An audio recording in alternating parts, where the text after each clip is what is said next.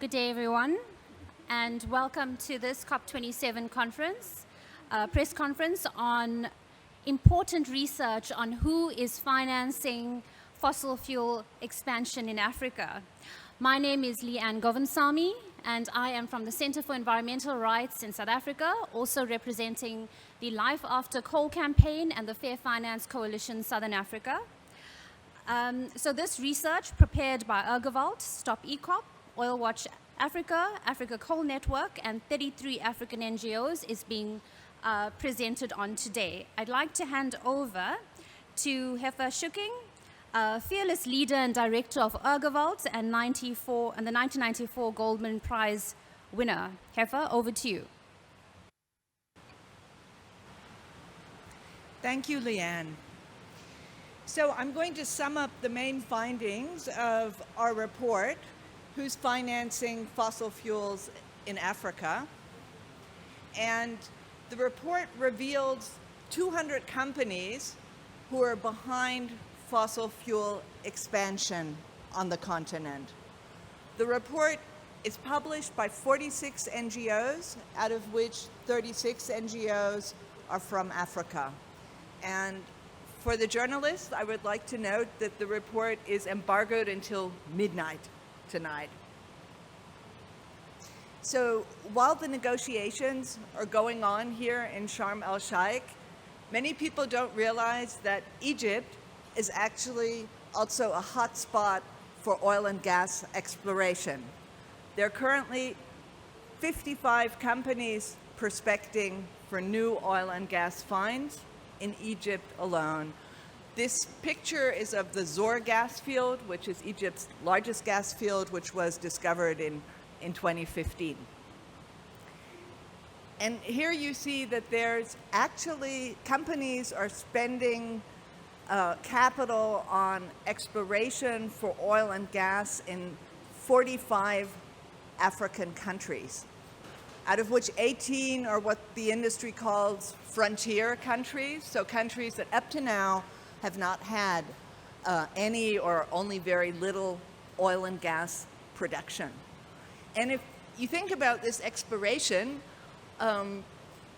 we're talking here about projects that are going to be brought into production maybe 7 to 10 years from now, at a time where we're already facing the challenge that by 2030, emissions have to be cut in half. And if you think about which companies are spending this money, 2/3 of them are companies that are headquartered outside of Africa. So it's strange, I mean, we ourselves were surprised to see the extent of fossil fuel expansion planned in Africa at a time when actually this is the continent that has more renewable energy potential than any other continent. But spending on renewable energy is still minuscule in comparison to the billions flowing into fossil fuel expansion. We've talked a little bit about exploration. Now I want to look at sort of where are the new upstream oil and gas resources being developed that are about to come into production. This is what we call short-term expansion, so projects that are going to begin producing way before 2030. And about 20 companies account for 80% of this short-term expansion. These are the 20 companies. And again, if you look at how many of these companies are headquartered outside of Africa, this is what the slide looks like.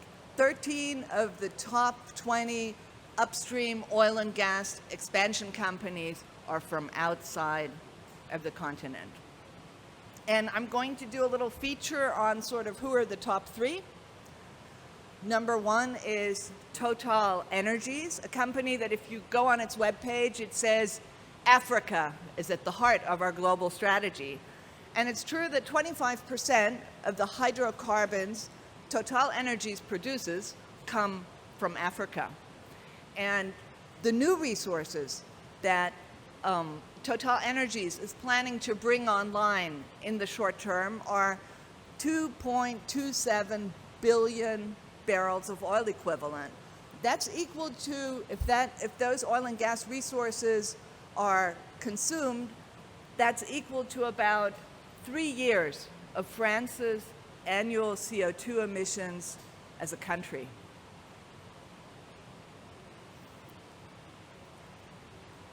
The second largest oil and gas upstream developer on the continent is Sonatrach, the Algerian state-owned oil and gas company, who's also, by the way, the world's 13th biggest hydrocarbon producer. I'm not showing you a map here because Sonatrach only operates in Algeria. Sonatrach is a huge methane emitter. Recent research showed that its Hassi Armel field has been emitting enormous amounts of methane for the past 40 years, and just last year it emitted 939,000 tons, which, it's equal to the annual emissions of maybe 17 million US vehicles.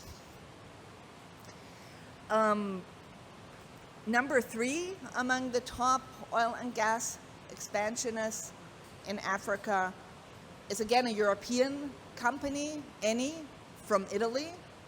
Eni is planning to develop in the short term 1.32 billion barrels of oil equivalent, and that's equal to about 2 years of Italy's annual CO2 emissions as a country.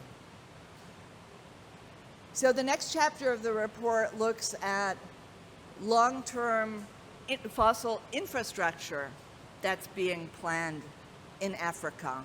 And we really see that these multi-billion-dollar investments, that they're blocking a transition to clean, renewable energy that could actually serve Africans instead of serving Europe's addiction to fossil fuels. This is a photo of a typical LNG terminal, and what you have to know about these terminals is they're incredibly expensive. 30 billion US for new terminals that are coming up in Mozambique or countries like Tanzania, and these terminals are therefore built to operate for a period of at least 30 years. And if we look at what's in the pipeline in terms of oil and gas infrastructure, we see for the LNG terminals that basically the capacity planned in Africa is going to more than double. There are increases of 116% planned, and 90% of this is for export. This is not to serve African energy interests. This is to serve energy interests of Europe and Asia. And if we look again at who are the top companies who are behind the new LNG terminal capacity development, we see that almost all of these projects, these are the 5 biggest ones planned right now, they're being led again by foreign companies. And I mean, this is, if you think about the infrastructure, this is also a point where financing plays a key role. None of these companies can build these projects on their own. They need insurers, they need investors, they need bankers for this. If we look at pipelines, this is another type of fossil fuel infrastructure which really locks in production and emissions, therefore, over the long term. We have pipelines planned in Africa that would be long enough if you laid them end to end to go all the way from the North Pole to the South Pole, over 20,000 kilometers. And maybe the most notorious of these projects is the East African crude oil pipeline being planned by Total Energies and China National Offshore Oil Corporation, and which will destroy basically large parts of Murchison Falls National Park, Uganda's oldest and most popular conservation area, and will displace on its route to the port of Tanga in Tanzania, over 100,000 people. But there's also still coal projects in the pipeline in Africa. And we don't see coal being phased out and being phased down yet. What we actually see is coal expansion. There's still over 10,000 megawatts of new coal-fired capacity planned. There are over 70 coal mining projects planned, 49 of which are in South Africa. And we see new coal transportation projects coming up in Mozambique, also in South Africa, Botswana, Namibia. The bulk of these projects are all focused on Southern Africa. And if we ask ourselves, who's financing all this? We see that 109 billion US dollars are invested in the 200 companies that are pushing fossil fuel expansion in Africa. And 23 out of 5,000 institutional investors that we identified, they actually account for 50% of this total. And out of these 23, I just want to highlight there's only one investor from Africa, in this case a public investment corporation from South Africa. All others are foreign-based. And at the top of this list, you see BlackRock, big asset manager, the biggest asset manager in the world, based in the US. You see Vanguard, another big asset manager from the US. And you see the Norwegian government pension fund, which may have gotten out of coal, but still has a lot of homework to do on oil and gas.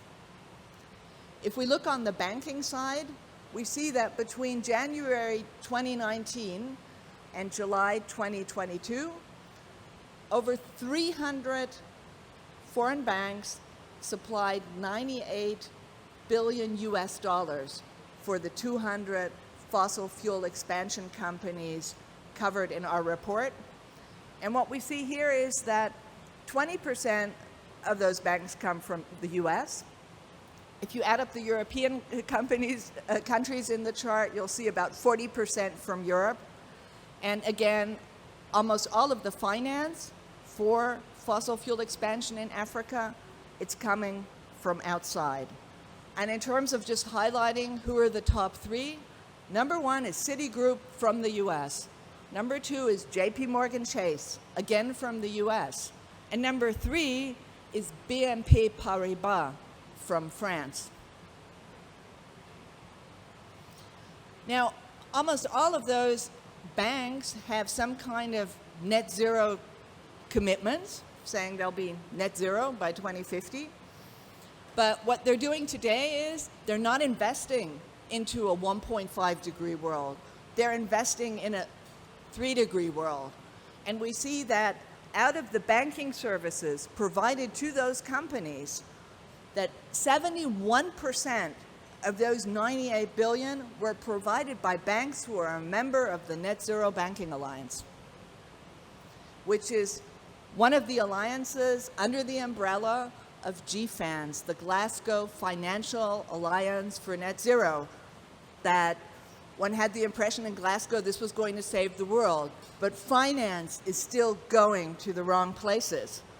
And what we want is, and I'm speaking here for all of the 46 NGOs that signed this report, we want financial institutions to get serious about 1.5 and begin investing today for 1.5, and to stop bankrolling companies that are blowing up the world's carbon budget.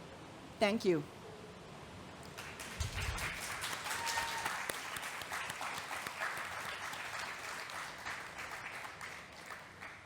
Thank you, Hefa. Incredible, incredible research. I want to hand over to Omar Elmawi.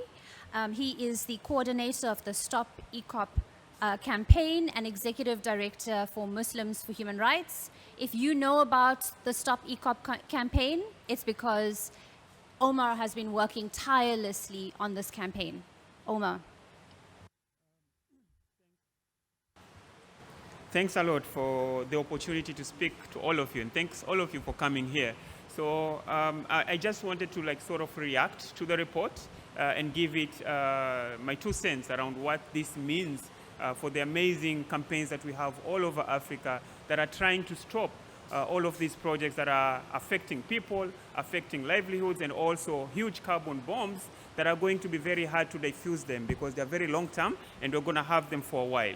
So we are almost sounding like a broken record right now, where Africans have been saying that we are the continent that has contributed the least to the climate change, but that we've only contributed about less than 4% of the historical greenhouse gas emissions.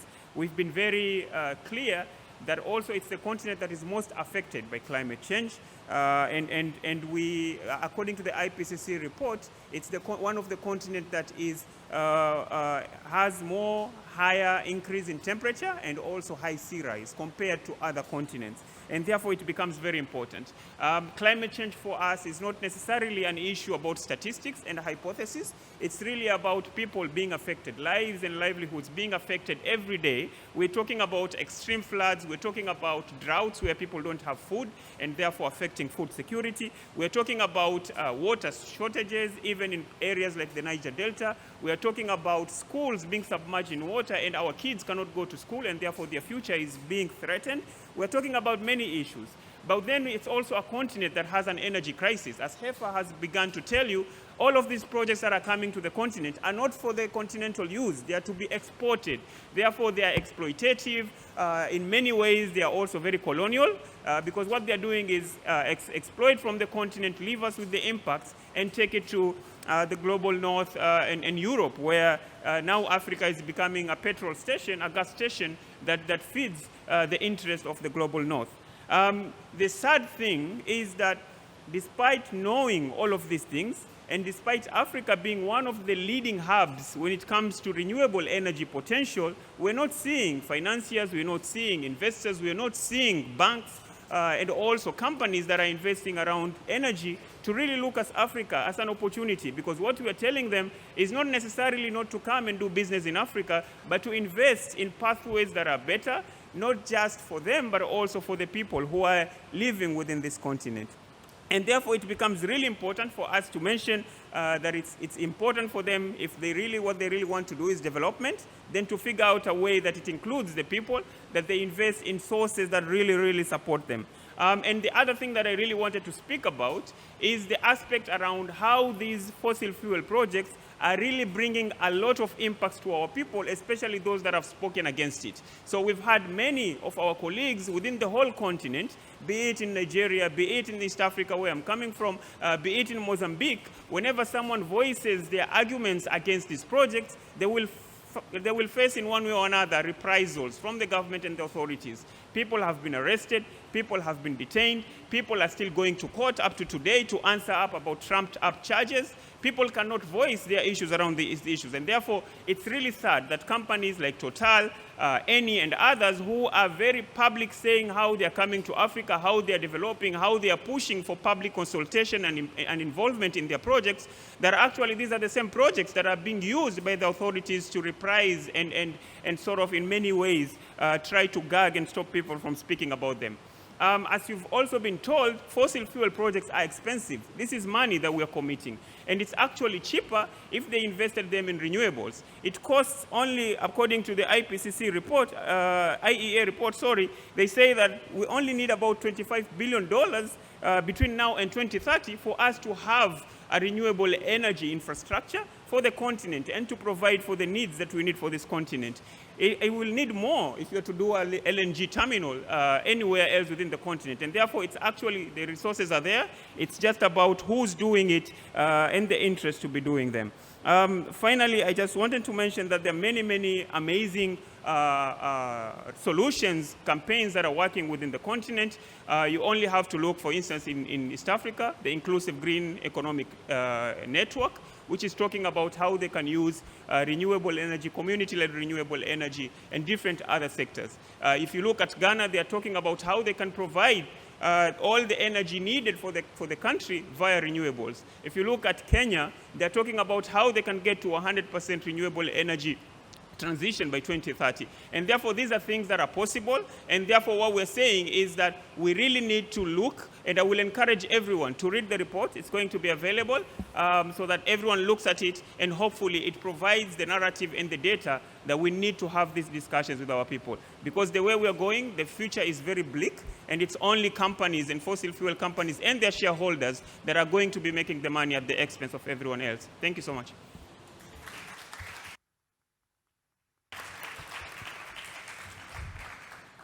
Thank you, Omar. I think this being the African COP, we can see how NGOs across the region are going to be able to use this research to challenge companies, investors, commercial banks over their support for fossil fuel expansion in Africa.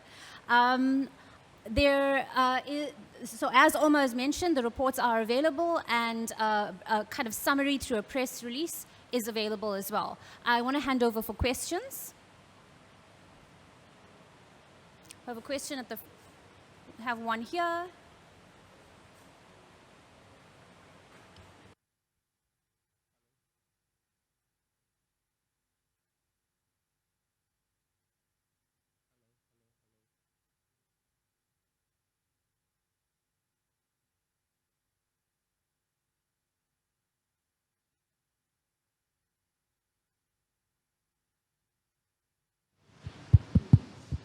Hello. Yeah. Hello. So my name's Hemal, and I'm from Kenya. Thank you for your presentation. The message is pretty clear. So my question is about South Africa. We saw in the presentation that they have 49 new coal mines, and so they're significantly ramping up and increasing coal mines. They're expanding coal. And last week here at the COP, they just basically announced the Just Energy Transition Partnership. So how do you reconcile these two things? Because they seem like they're at odds with each other. Thank you. Hemal, thank you so much for that question. If it's okay with others, I can take that question. So I think this really speaks to a deep hypocrisy that's going on here. As Hefa has mentioned through the research, the global north is being served by fossil fuel expansion in Africa, and in South Africa in particular. And so whilst we are actively serving the interests of the global north, they are providing us with loans to move away from fossil fuels. This is such a deep hypocrisy, and I think we need to be able to discuss this and to look at how those kinds of actions are going to cancel out each other, right? So to the extent that the US, Germany, France, the UK, and the EU are providing South Africa with loans. I want to mention loans and not grant financing as part of our Just Energy Transition Partnership. They also need to be looking at the companies, the banks, the investors that are headquartered in those countries and in those regions, and ask very tough questions about what they are doing in order to advance the fossil fuel expansion in South Africa and around the world, given that JETPs are not just taking place in South Africa, but will be rolling out across the world. And so you can see that this may be replicated in other regions. So I think those are the tough questions that we need to be asking, and not allow this to kind of hypocrisy to continue. So no, those two things cannot be reconciled.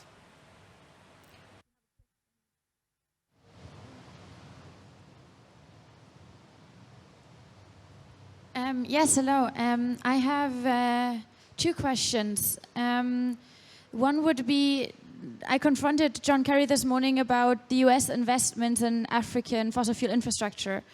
And as we hear from many so-called leaders, he also then claimed this would be doing, one, a favor for the African societies and countries, and also that it is needed for the so-called transition.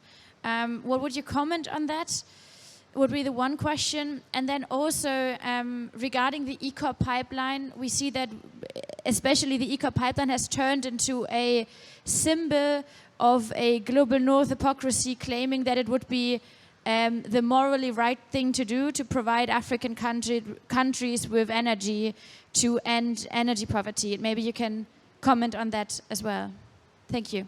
Definitely. I mean, nothing could be further from the truth, right? Because as you've already heard, starting from the EACOP project, it's not necessarily a project about Africa energy needs. It's about serving other people's needs who are not Africa. It's a project that has a lot of human rights violations and many, many problems. And therefore, to me, you know, you cannot be arguing with both sides of your mouth. I mean, if you're coming to the continent, your interest is to exploit all these resources for other people's needs, then at least come with those specific agenda and that specific messaging.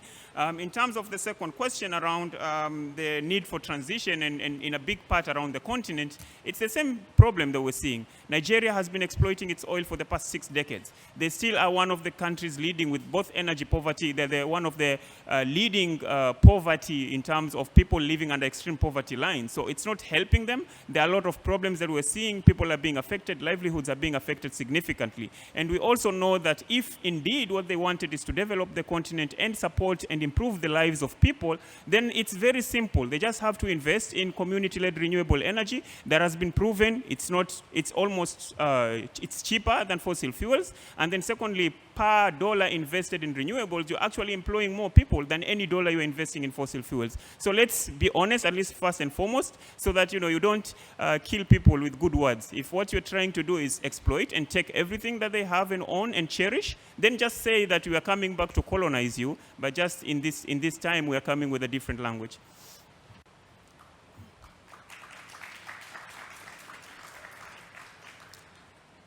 I think on the first question, I mean, it's quite astounding that John Kerry would say that, he's doing us a favor in terms of contributing to our JETP. It's so important to note that the South African JETP approved last week. Only 4% of the total amount constitutes grant financing. The rest constitute concessional loans, corporate loans, and guarantees. So what we're essentially doing as South Africa is we're going to have to pay interest on loans in order to decarbonize our electricity sector. This is not something that is a favor. The global north is responsible for the bulk of the emissions and so needs to be able to find a way to support Africa and the rest of the world through a transition. And I think that type of language doesn't take us any further when we're having to pay back those loans over a very long-term period. Hi, thank you. Peter Alesig from the Swedish National Daily Dagens Nyheter. I just want to ask you guys what there's been reports on EU scrambling for African gas as a result of the energy war in Europe.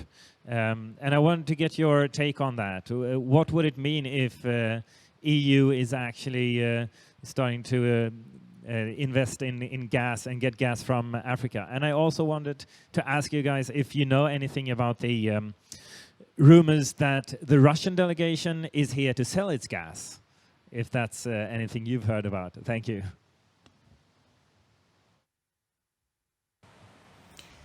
I mean, what we saw in our research was really the outstanding role of European oil and gas companies in terms of pushing forward fossil fuel expansion in Africa.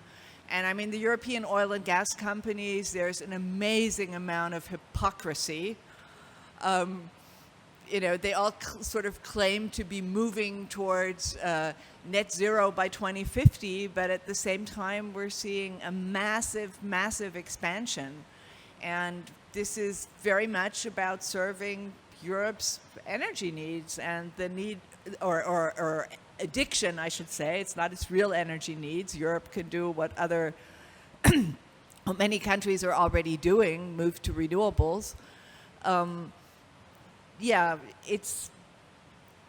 I don't know, it's really, it's bad for everyone on all levels. It's bad for Europe to continue with its addiction, and it's especially bad for the countries that are really being exploited where these fossil resources are coming from. I think we're at an end now, and I just wanted to say we have the press release and the reports up here. Please come and get them. Thank you.